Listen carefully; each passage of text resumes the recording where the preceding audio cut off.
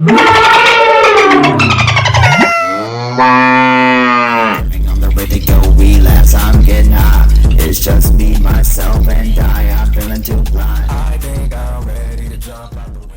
Hey guys, it's Freedom again, back here with a redo of the first episode of the Freedom Wooten podcast, and today we are going to be talking about Perfect Hatred. And so, where did we leave off last time? So, I did a recording of the podcast about Perfect Hatred before the album was released, and I ended up taking it down because a lot of changes were made to the album that I had discussed in the podcast that ended up either not happening or just happening completely differently altogether. So, in any case, I am redoing this podcast so I can demonstrate the awesomeness that is coming up next, which is the deluxe edition of this album that is going to be released right around Thanksgiving, as I have promised to one or two of my listeners, because, I don't have a lot of listeners, but hey, if you're listening to this, hope you have fun. So, what is Perfect Hatred really about? Perfect Hatred, the album as a whole, is about my struggles in the past and learning how to overcome them through recovery, faith, things of that nature, and it's been a very interesting process recording the entire album, and very, very intense, profoundly intense at some parts. It's really a journey, and some people have already listened to it and saw the exact same thing. In fact, some parts of the album were too intense for them, and for that I can totally understand. Sometimes they're too intense for me even.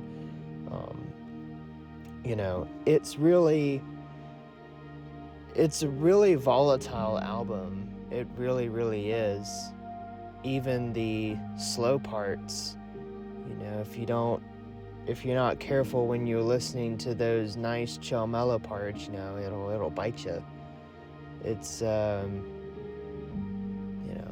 trying not to say I'm not trying to say uhs and knows and stuff like that as much, because that's one thing I noticed in the first podcast. I was just like and I don't want to do that, so there I go again. So anyways, Perfect Hatred is definitely an accurately captured point in time in my life, recorded into a cathartic release through an somewhat extreme format of music. It's not the most extreme music out there, but it definitely is extreme in different ways, in different moments. And yeah, so we'll just dive into the track list of the album and just go from there.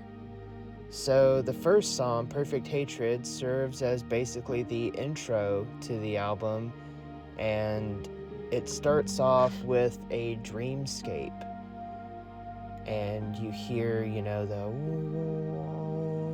kind of like, the kind of like the little background ambient music that you're hearing in the background, but, more intense to really like cloud your mind. And then you hear a voice saying the Bible verse, "I hate them with perfect hatred, I count them mine enemies." That is my wife. And not only does that serve as a accurate depiction for me, because my wife was one of the people that helped me and led me through this creative process, but also just the matter of the fact that she has a very soothing voice, and she works with kids, and she reads to children and things of that nature. And so whenever I asked her to read that Bible verse and have it be recorded, she said, okay. And I was like, well, could you read it in the style of reading it to kids and trying to calm them down and put them to sleep? And she said she could do that as well, and so that's what happened. And so that's that part of the song, so to speak. I mean, it technically is a song, but it also isn't.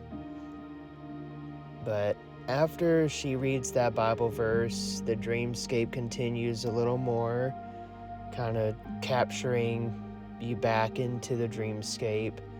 And then you hear this guy say, "Life sucks," and then you die. And that guy is actually the singer of a band, of a extreme metal band called Skinless. And the song is called The Optimist, and the reasons why I added that particular sound effect are rather personal, but entail, it really just entails like the ending of the dream turning into a nightmare and somebody just like killing you, in your dream. And then you wake up and then you hear the alarm clock, and I turn off the clock and I pray. And let me just stop there. Why did I pray? Why did I pray at the beginning of the album? Well, it felt really weird at first, but then once I finally got into it, it just fit. It fit perfectly in the mold, and I just kept praying it out to release the song, and I did, and I just did it. And it was honestly the most spiritually intense song on the album for me, because it delved directly into my prayer life. And that's not really something artists, musicians really do.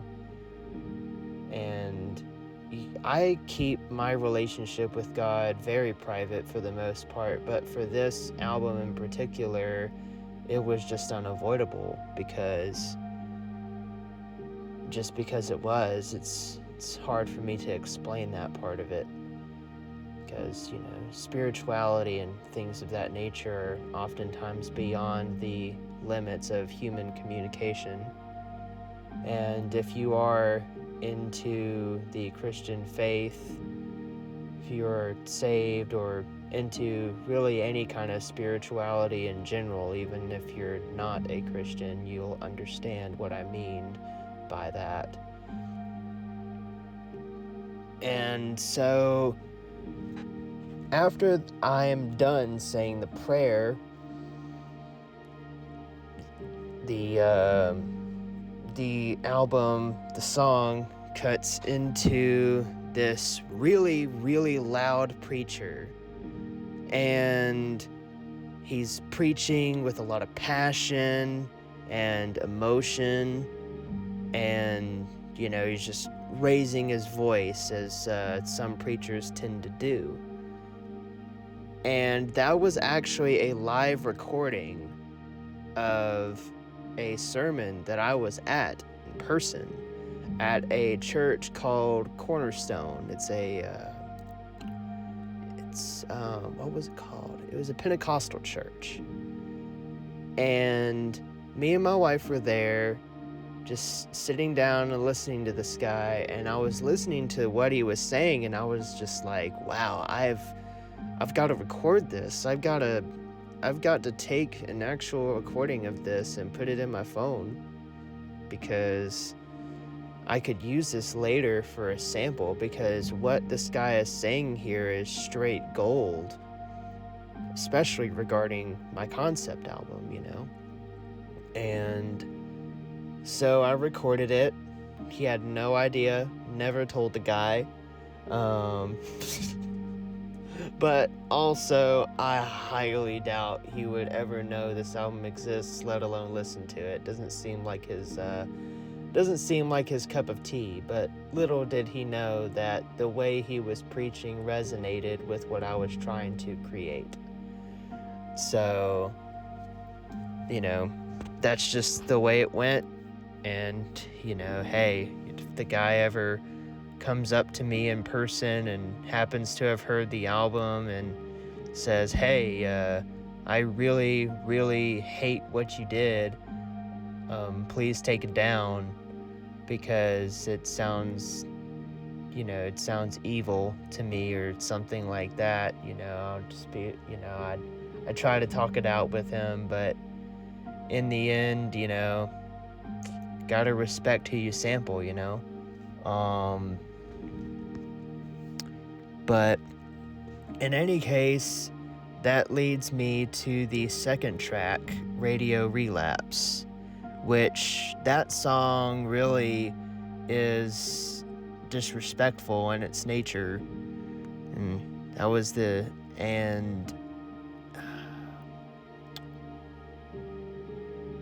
yeah, the song is just really all about relapsing on anything you're addicted to. And with that in and of itself, it resolves in the nature of relapse is disrespect. Whether it's disrespectful to yourself, or to your loved ones, or to God, you know, it all runs together. And it starts the album off with a very, like, in-your-face kind of note. And so I wanted to have that be the initial take of it, because there was really no other way around it. Because I wanted to deliver the message like, hey, this is how it is. And you know, it's not going to happen any other way, and if you don't like it, well, you know, I'm relapsing. So, and that wasn't just me talking to myself, it was talking to literally everybody that has dealt with it in the past. And I do have a past with addiction and stuff like that. And the whole concept of that song is not only just about addiction, but it's about not necessarily rejoicing, but celebrating it. Because that's how I used to be whenever I would do that, because I was always really self-conscious about the whole thing, because what I was addicted to was not much. You know, I was addicted to nicotine vapes and dab pens and weed, even though I don't really consider weed an addictive thing in and of itself. It's not nicotine where it's like as soon as you take a hit, it hooks you or something. Weed is a little bit different, and I consider it safe, even though I don't do it now. It's still just weed, you know. And that's why I kind of rubbed it in people's faces back then, because the people who were always freak out over me smoking a little bit of weed, they'd just be like, oh, it's the end of the world, and I'm just like, bro, it's just weed, chill out. But little did I realize that I was overdoing it. I was doing it so much so to the point that it was self-harm. I would smoke every day until I would green out and throw up. Every single time I smoked, It's one thing to say if you ain't coughing, you ain't smoking. It's another one to say, if you're not coughing up barf, you're not smoking, like it's kind of, it's gross, but it is what it is, and that's what I was doing. And that's the real reason why I put this song on here on the album, because the album is based around healing from self-harm. And that was one of the biggest things I did to hurt myself, was to just get high until I got sick. That I didn't really realize it at the time, but that really was my goal, and I was just in denial over it. And speaking of being in denial, that leads me into the second track, Psychosis. And Psychosis is really just about being in denial of your own humanity. And because when somebody abuses you to the point of where you just snap, you go crazy and you think you're invincible, and you just want to hurt somebody. And that song, it's hard for me to listen to sometimes, and it's hard for my wife to listen to sometimes, and it's definitely the most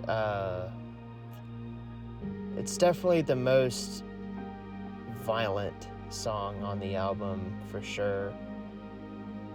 And the whole idea of like little Timmy being stuck in the well and everything like that, it's just centered around being helpless and being abused. And and I put it that way, little Timmy, as opposed to me, because I don't want people to think about it as being me in the character in that particular song, at least. But also the album as a whole, because if I wanted to make the album exclusively about me, what's the point in it putting out there, At that point, I'm just making music for myself. But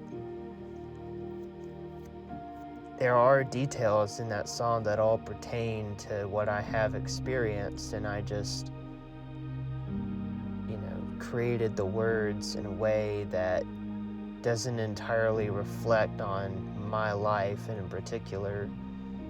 And again, the whole idea with little Timmy being stuck in a well is just the feeling of being helpless and abused, like I said. And it's really important to know and to raise awareness that, like, this is what happens when you push someone to the brink and they just snap, and it just really, it's a painful experience, it really, really is. But I wouldn't have it any other way, because after all the abuse that I had experienced throughout my life from various different people, I wouldn't be the person I am today, and I wouldn't have been able to overcome it and let out my aggression through that song. I would have done something actually bad, and so I guess we'll go to the next track, DOA. If you don't know what that means, it means dead on arrival. DOA, dead on arrival.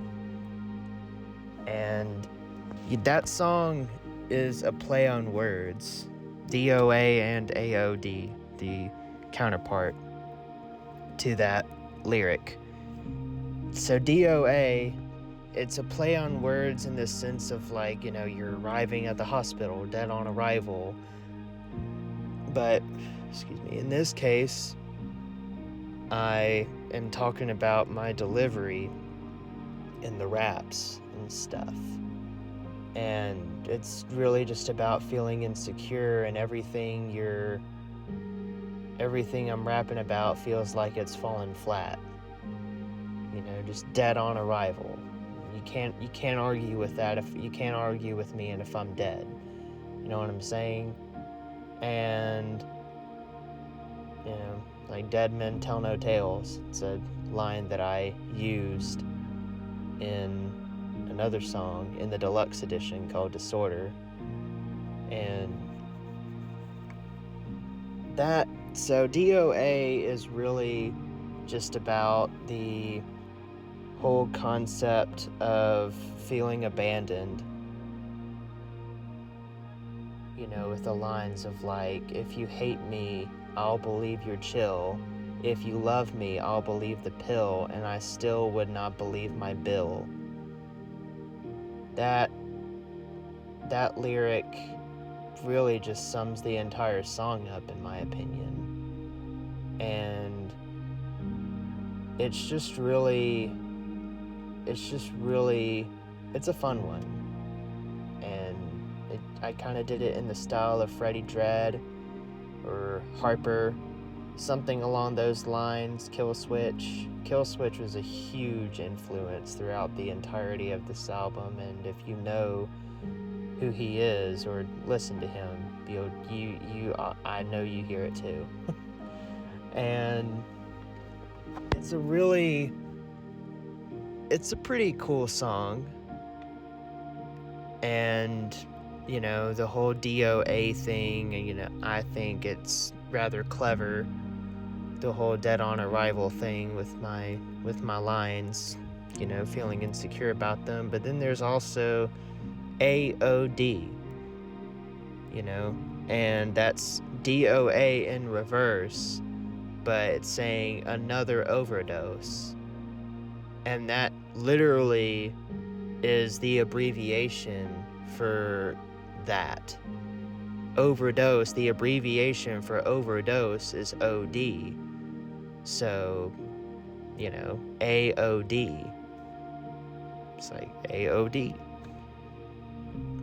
And it just goes to another overdose, another day older and deeper in death because of my debt. And that was just kind of a play on words I took from 16 Tons by Tennessee Ernie Ford.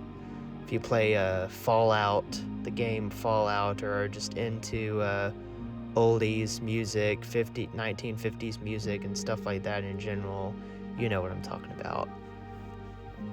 So, what's the next song?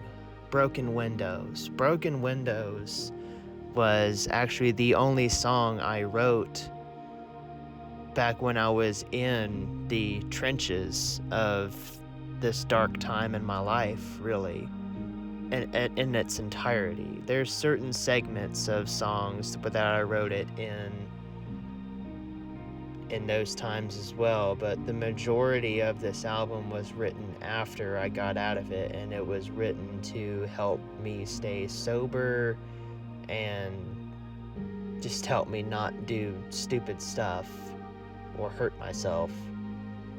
It was a way of keeping me sane as I was getting better and recovering.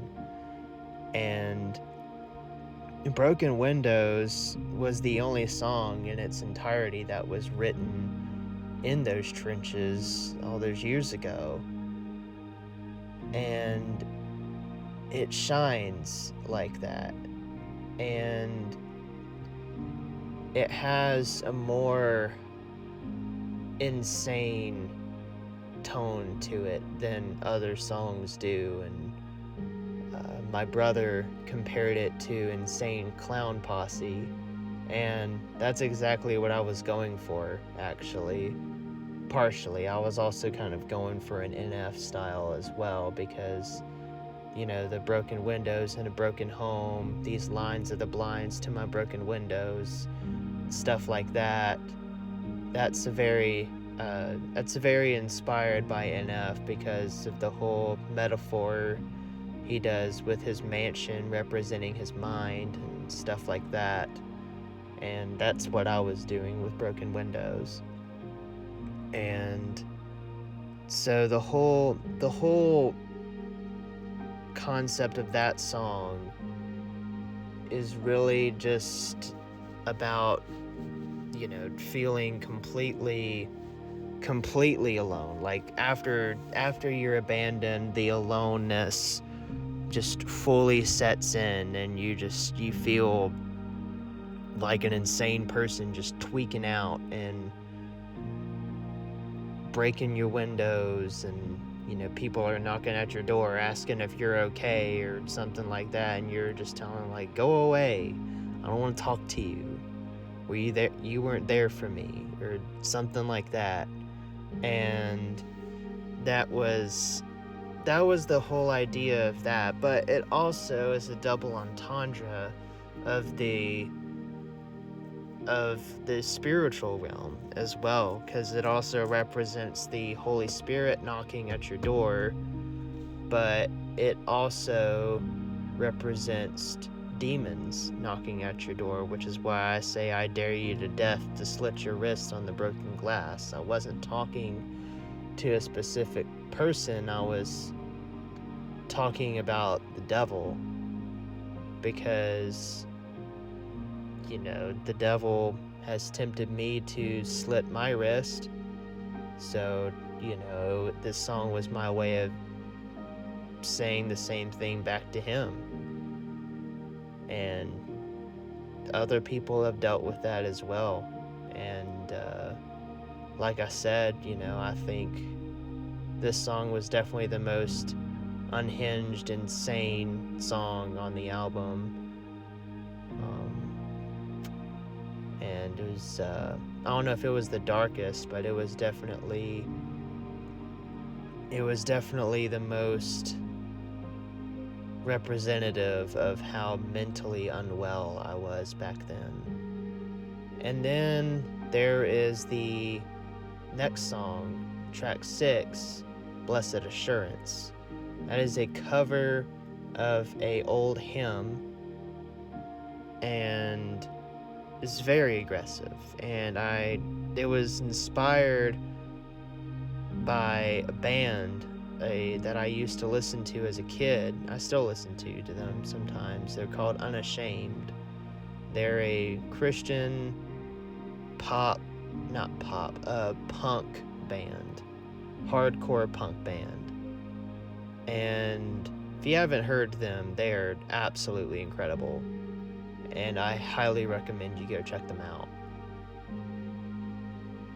And they did a cover of Awesome God by Rich Mullins, and it goes really hard. It's not my personal favorite song of theirs, but it gets the point across, you know, and I wanted to model my song after their sound in a way, and I just I ended up taking it to a different level, so to speak. Not necessarily in the sense of making it better, but it was definitely a lot more intense than what they did. And so the next song after that Oh, hold on. Let me go back a little bit. So, after the whole idea of broken windows and feeling abandoned and everything like that, after everything just set in, I was just all broken, and singing that song Blessed Assurance was kind of my way of like screaming out what praise I have left. And it goes back to a time to when I was a worship leader at a church called Good Shepherd Community Church, and at the time that was when I was in a bad place, and leading worship at that church was my lifeline. And Blessed Assurance was a song that I would sing there all the time. And then I would come home and I would just raise hell and just be screaming bloody murder about just random stupid stuff, and punching the wall until my fist bled, and all kinds of crazy stuff, threatening my parents, just acting like a raging lunatic because I was doing things I wasn't supposed to be doing. Like, one thing I was doing is I was on antidepressant medication, and I was vaping dab pens at the same time, and mixing those two things did not bode well with me, and it made me extremely paranoid and aggressive. And then I put nicotine on top of that, and that adds anxiety to the layers. And it really just it was a really rough time at that point. And recording this song was it was the first song, actually. Blessed Assurance was the first song I ever recorded for Perfect Hatred. And thinking about it now,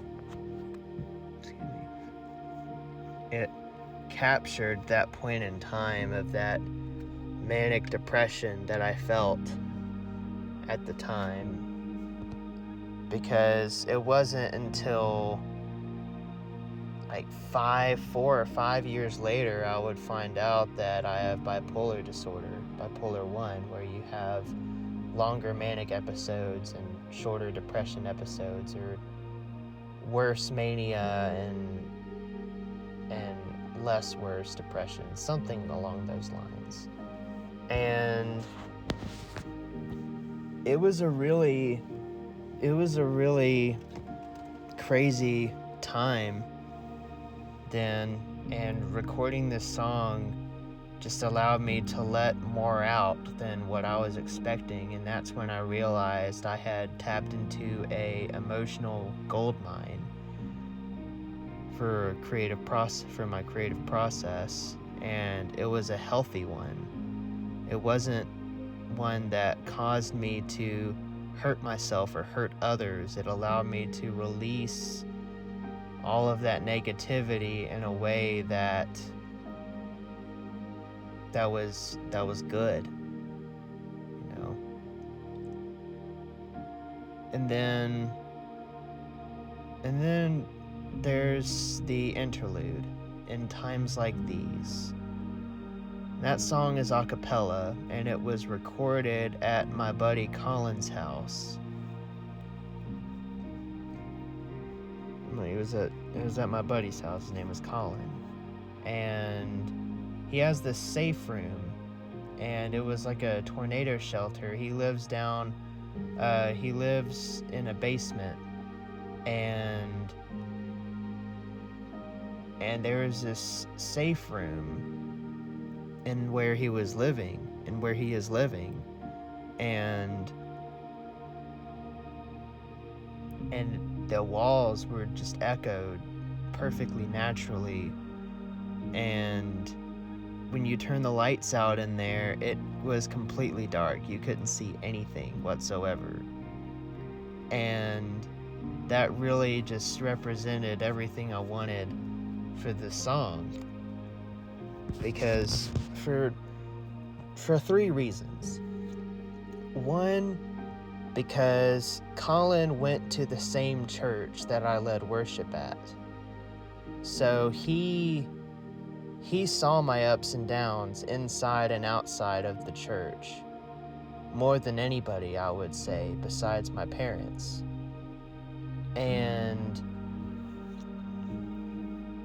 so that had a ground understanding. That had a ground-based level of understanding there.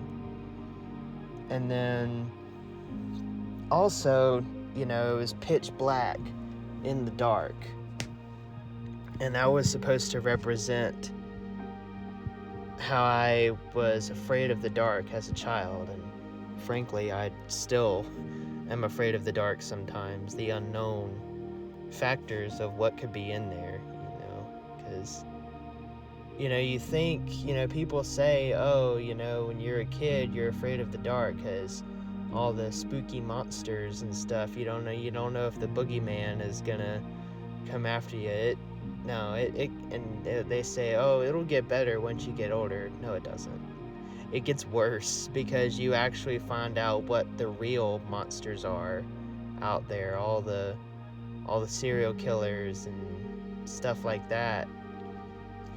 One could break into your home one day and you'd never know it, and then you walking around in the dark going to pee or something, and then next thing you know, you're dead, like the Psycho movie. It's a scary world out there, and it was so going into that safe room and turning out the lights with my eyes open, like I didn't need to close my eyes.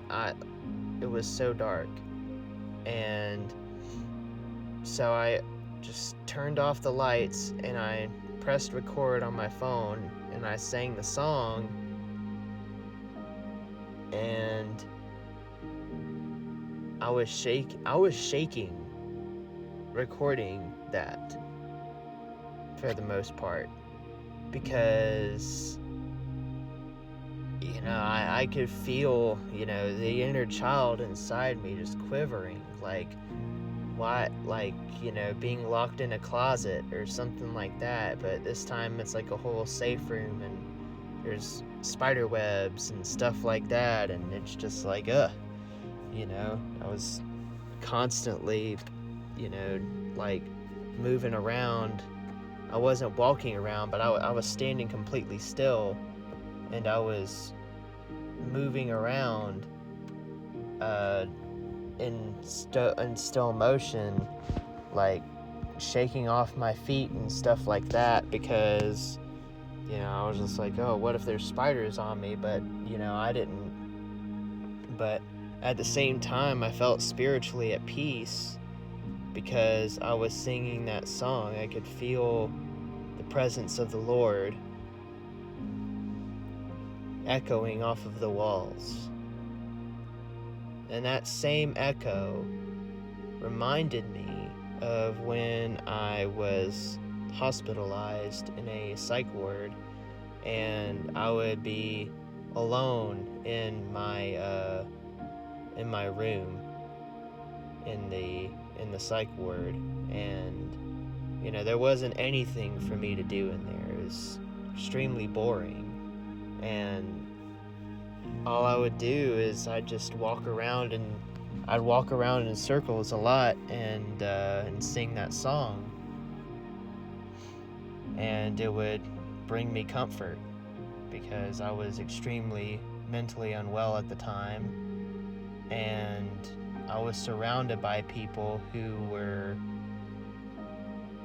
either just as bad or even worse than me, like I said in the Fake a Smile Part 2, which we'll talk about in just a moment.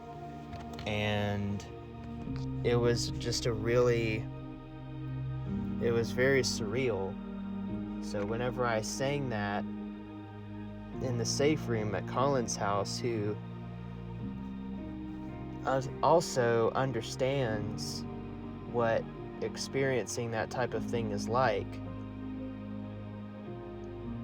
because overall, Colin, Colin, man, I love that guy. He has been like a brother to me for the longest time, and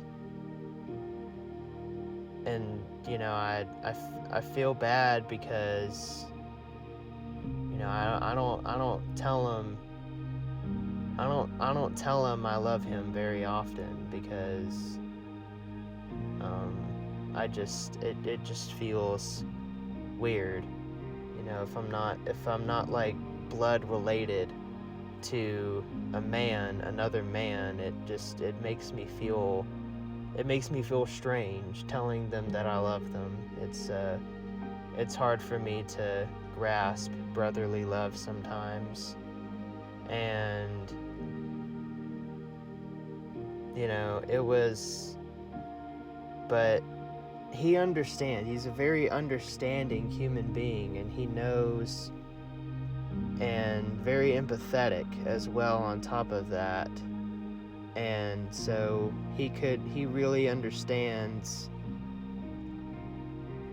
And also, you know, he has similar experiences to what I've been through mental health wise, besides the drugs. He's been straight edge his entire life, and that I 100% commend him on. And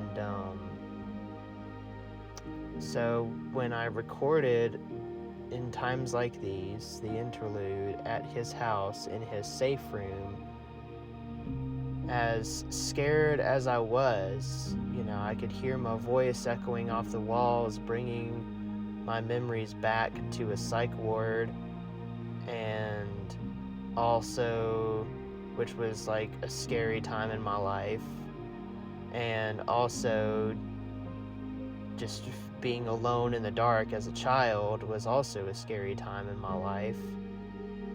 And you know, combining those two things together and standing there in that room alone with like spiders and stuff like that was also a scary time in my life. And singing this song over all of that was very powerful for me. And overarching, you know, I think it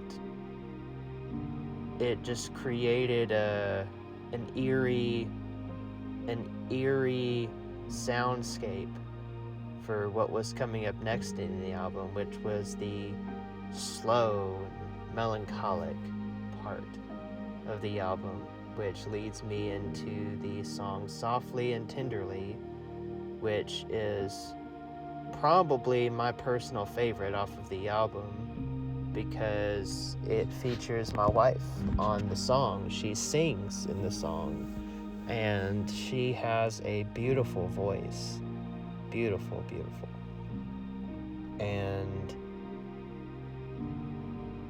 And it was just the right place, the right time, you know. I was working on the song Softly and Tenderly by myself. It was originally just supposed to be me on the song, and my wife heard it and she loved it so much that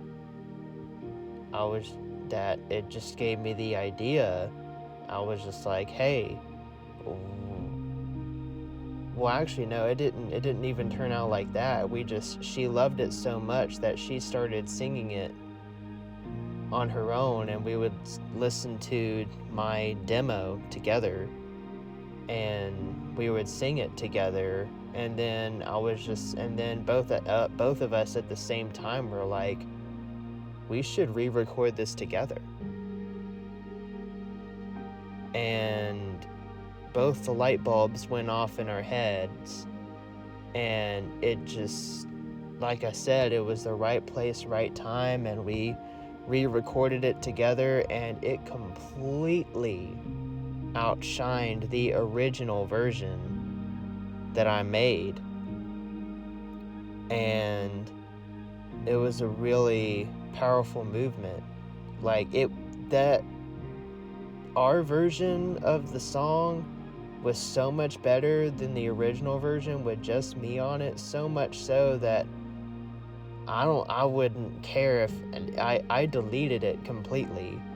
So even if anybody wanted to hear it, it doesn't exist anymore. The real Softly and Tenderly is by Lava Rock and Ice Cold Chill.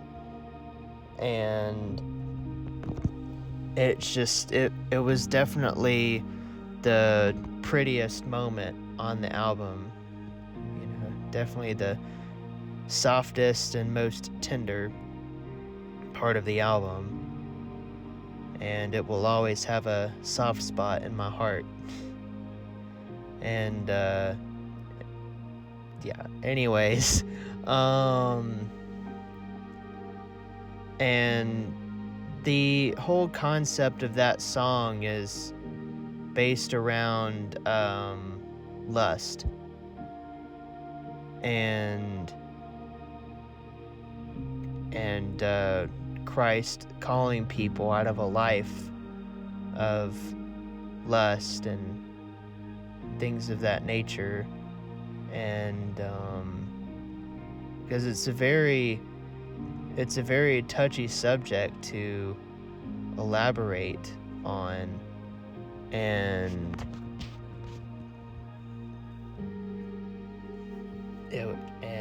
because because nowadays, talking about sexuality and things of that nature is, quite frankly, a more taboo than ever when it comes to a morality standard.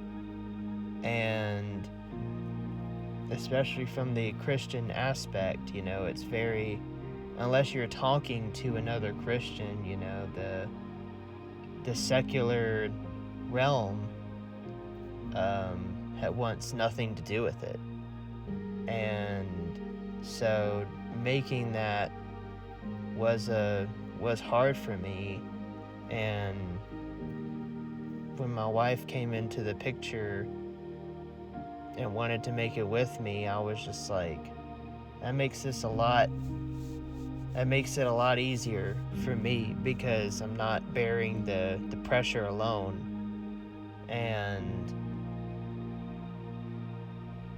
so, and that's just the way God made it to be,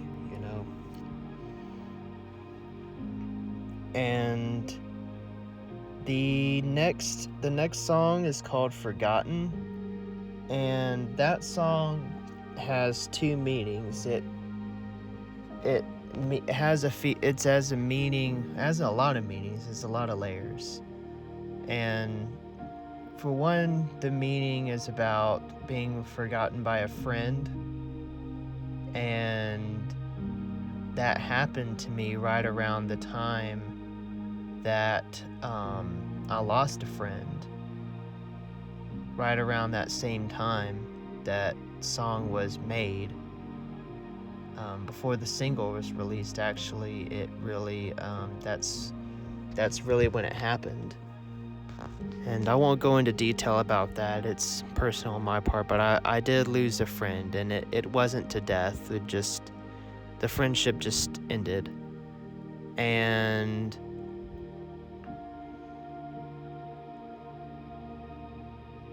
also it also has a meaning of feeling forgotten by God, but also it has the meaning of God forgetting about your sins.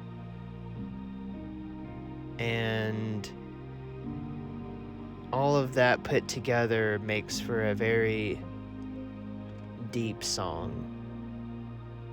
And the next song is Fake a Smile Part 1, which was just about the regret of relapsing. It retraces back to Radio Relapse, making it come full circle first, and it's about the regret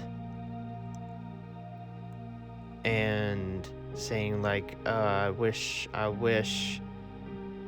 could stop. I wish unto God that I was stoned. I wish upon the sky that I would stop. Sky is my wife's name, if you don't already know. And the whole meaning behind that, I wish upon the sky that I would stop, is the whole idea of me looking up at the sky and just being like, man, I wish I could stop. But also thinking about Sky. It's like, I wish I could stop for her. And that was, and shortly after I wrote that song, it was like I did. And I didn't have to feel that shame anymore. And I had been stopped, actually, and it was just my way of keeping me moving forward and staying clean. And then there's Fake a Smile Part 2, which was about the longing for it. Because typically, as addiction goes, right after you do something and, after you do it and regret it, you long for it. After you're finished mourning over yourself, you long for it, and you start reminiscing on all the good times you had, quote unquote good times you had when you were in addiction, and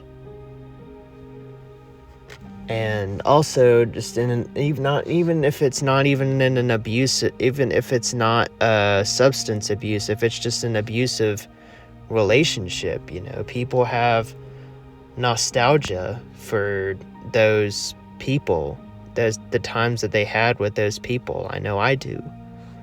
And it's a hard thing to live with, and it's a hard thing to overcome and get rid of. And really, I'm not sure if it ever leaves. It's just something that you gotta move on from. And so that's what that song is about.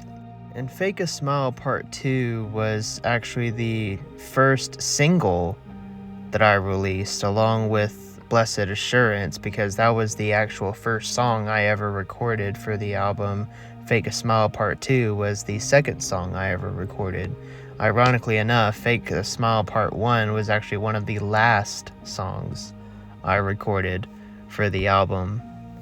So, just a funny little tidbit there. And then there's the last song, Hatred Perfect, which was the opposite of the first track of the album, the intro, Perfect Hatred. Hatred Perfect is an actual song, and it basically serves as an exit ticket to the whole experience. And it's really just like taking that feeling of longing and just being like, I don't want to let go. It goes from like longing to fiending, and then it goes from fiending to feeling guilty, and then it goes from feeling guilty to feeling suicidal, and then it goes from feeling suicidal to back to feeling guilty. And it just the fighting of all of that. I don't want to let go. And that entire thing, that album in and of itself, emotionally is the most difficult for me to listen to. In fact, I can't even listen to the end of that song sometimes, because the scream at the end is so intense that I can't even listen to it. It's really all because of just the sheer amount of bad vibes, so to speak, that I get from it. It just, it shakes me to my core sometimes. Sometimes I can listen to it. Sometimes it's just like, nope, I gotta turn it off right here. 'Cause there's after the song ends, there's this 20-second silence, I want to say. And then all of a sudden you hear this scream, and it's like, what in the world just happened? And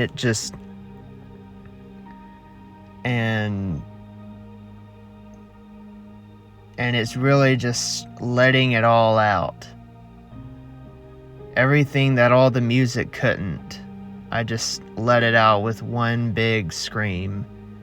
And it's just, to me, it's very hard to listen to sometimes.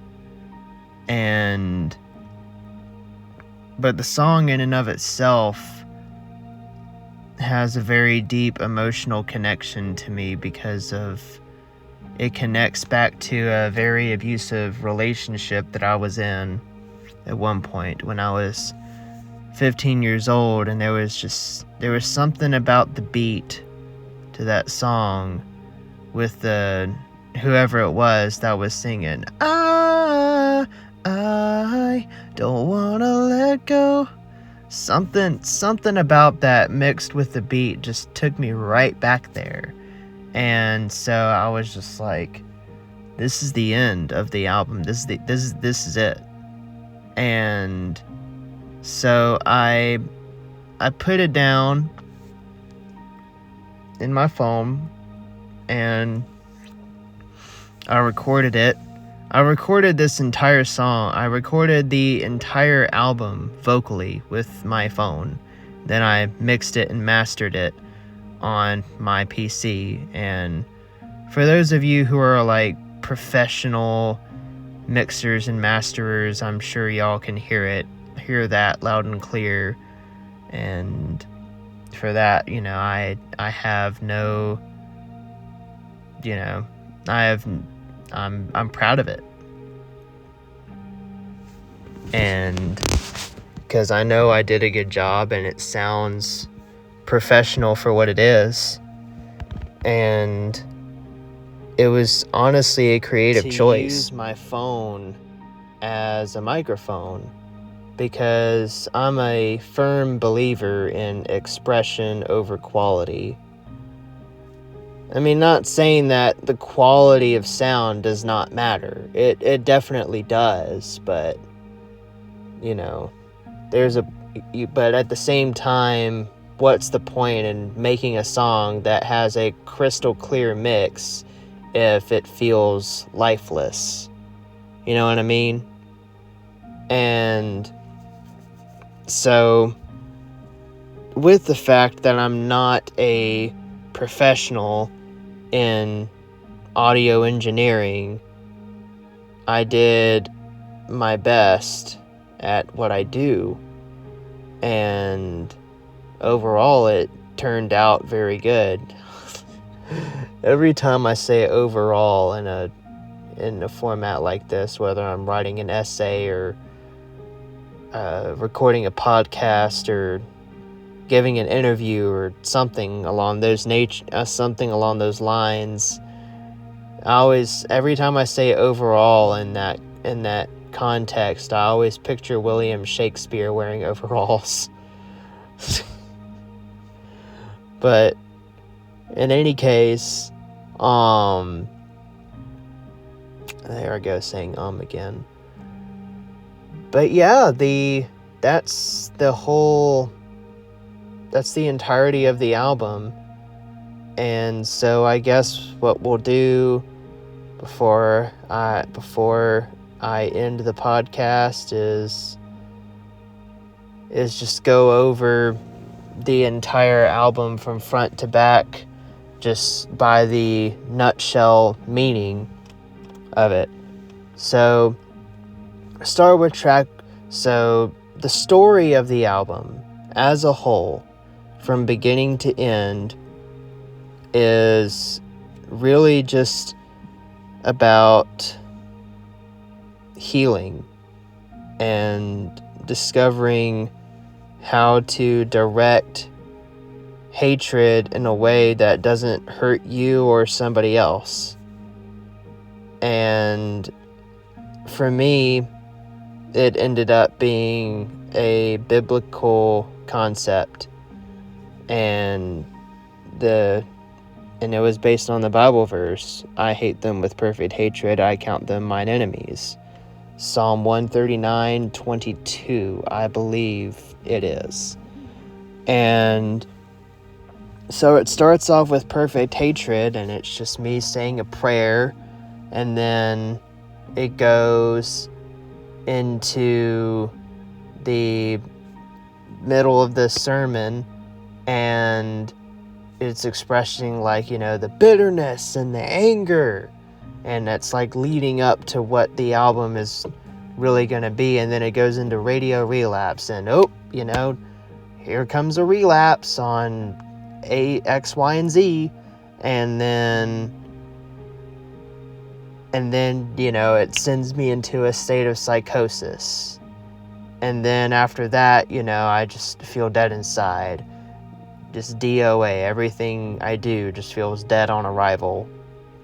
And then, I just feel like everybody's abandoning me. And then it goes into broken windows, and I'm all alone in my mind. And then I get mad at God and scream out blessed assurance, and it breaks me. And then it goes into in times like these, and I'm all alone in the dark with my singing, with my voice echoing off the walls like, hello, hello, hello, hello.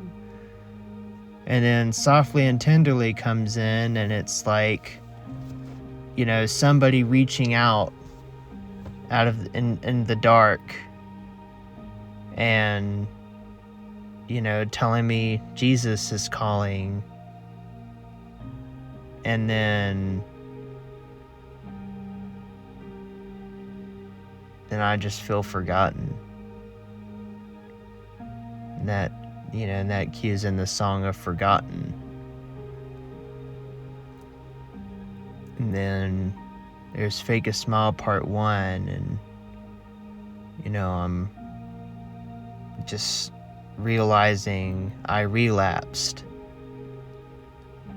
after feeling forgotten, because the effect, the high, is starting to wear off, and I'm just like, man, I feel forgotten. And then I'm like, man, I must not be high anymore. And then I regret it, and then I'm like, well, man, I want to feel good again, and I don't know any other way. And then Fake a Smile Part 2 kicks in, and I'm longing for it.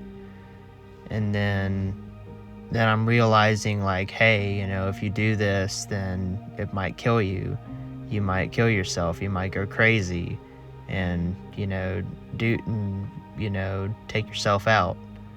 And then it goes into Hatred Perfect, and it's like, I don't want to let go.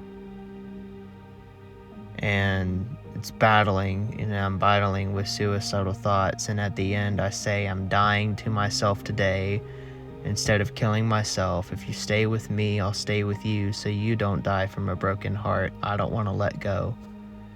And that part is just the sum up of the whole story. It's the conclusion. So there you have it. That's the album there. And so let's move on to the second disc, the deluxe edition part of it. That starts with Apocalypse, and it's a cover of a Cigarettes After Sex song, because that kind of sort of was the story of my life at the time. And I recorded, and that song was actually not only that song was recorded at the time. I was in the deepest, darkest part of my life. I recorded that cover, and it hits different than any other song on the album. Not only because it's me playing my acoustic guitar and singing as opposed to rapping or singing over an alternative pop beat. It's me singing somebody else's song on just singing and playing guitar, and it's not in the style of PXRFXCT, which is an album I might do for a different podcast. I'm not sure about that. We'll see. A little fun fact is that this cover of Apocalypse was recorded before PXRFXCT, I would say 6 months before PXRFXCT came out. It was recorded on my 21st birthday, and I was singing that song to myself for my birthday, and it was just a really dark time,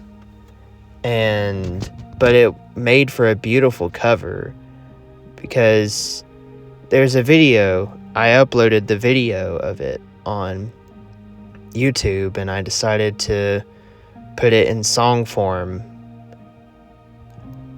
for the album, because it just fit for the deluxe edition as a bonus song. And there's this part in the beginning of that song, before the actual song starts. There's this little funk melody that's played in the beginning. That was just a free sample that I downloaded off of YouTube. And then you hear me say, "Looks like meat's back on the menu, boys," in a corpse husband kind of voice. And that was actually something I made for somebody else. And it was for a friend of mine, Victor Martin, also known as Kior, who is a progressive musician. He kind of blew up in the prog rock community in around 2018-ish, somewhere between 2018 and 2020. And he's had a following of his own since then. And I sent him a voice clip of me saying that, and then he was just like, "Dude, can you send me a recording of you using that voice saying 'looks like meat's back on the menu, boys'? Can you send that? And I'll pay you for it," or whatever. And I was just like, "Nah, dude, you don't have to pay me for that. It's a 30-second voice clip. Who cares?" And so I sent him the voice clip, and he was just like, "This is brilliant." And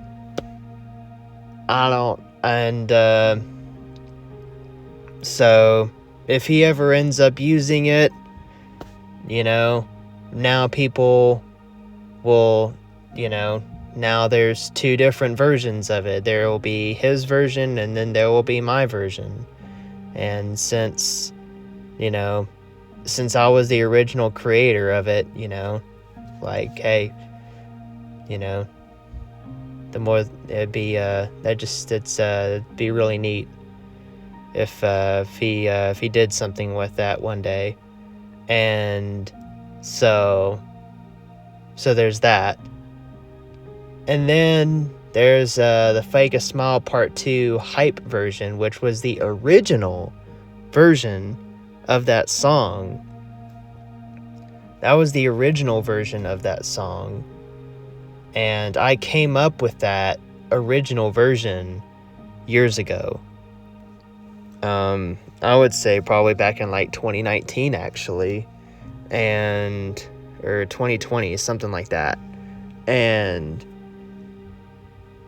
I had the first verse written, and I would rap it just like that on the hype version. And then later on,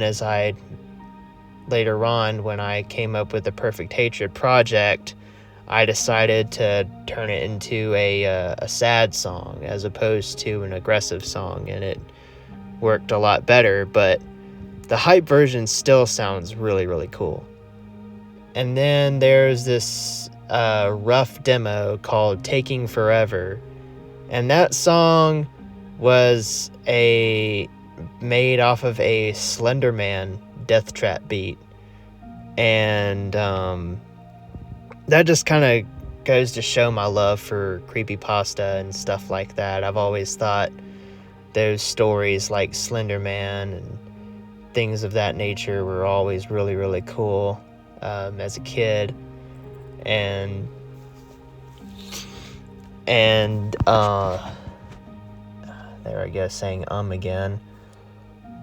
And then there's the meaning behind Taking Forever, which really is just about how slow I am.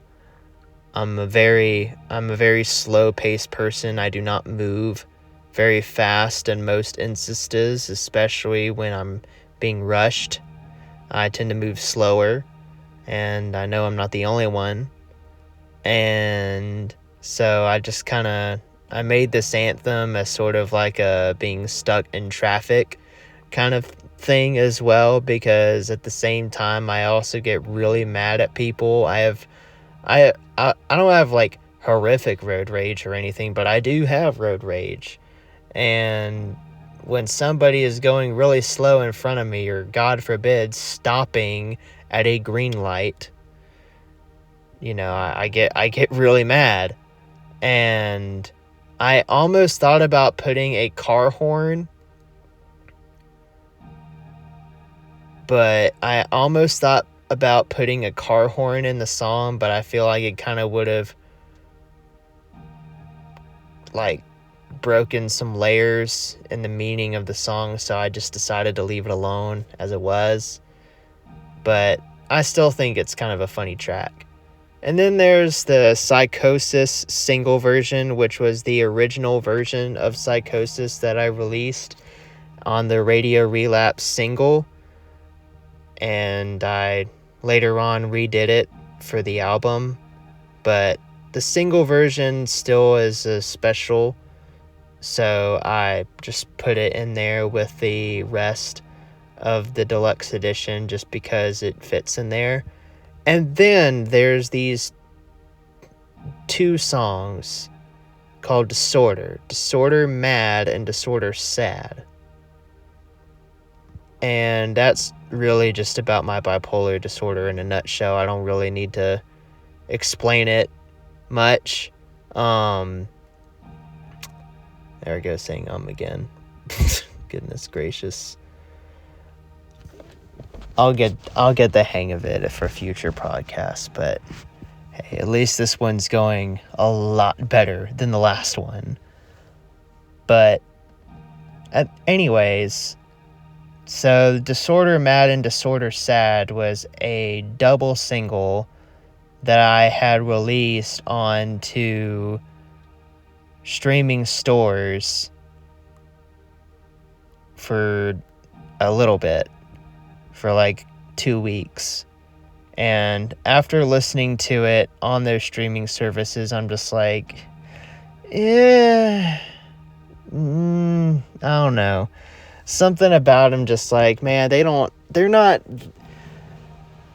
not strong enough songs to just be like a standalone single, but they would still fit on the deluxe edition of Perfect Hatred. So I just kept it like that, and I released it on the deluxe edition. And then there's what's the next track? Forgotten First Take.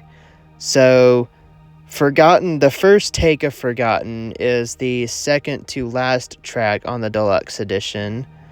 And, I mean, I don't really need to say anything more about it. You know, it's just the first take, the first recording, first take one of Forgotten. And then there's the last song, Astro Lounge.